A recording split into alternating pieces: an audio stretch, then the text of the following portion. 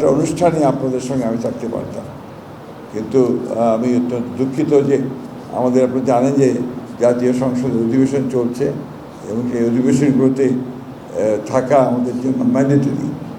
তো আমি সেই জন্য অল্প সময় চেয়ে নিয়েছি আপনাদের।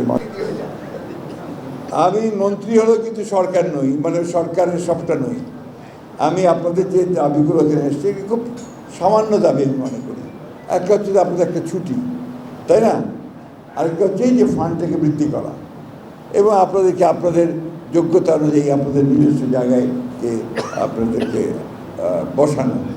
আমি আপনাকে এটুকু কথা দিতে পারি যে আপনাদের সবচেয়ে বড় লয়ার হিসাবে আমি এই কাজগুলো করবো, চেষ্টা করবো আপনাদের।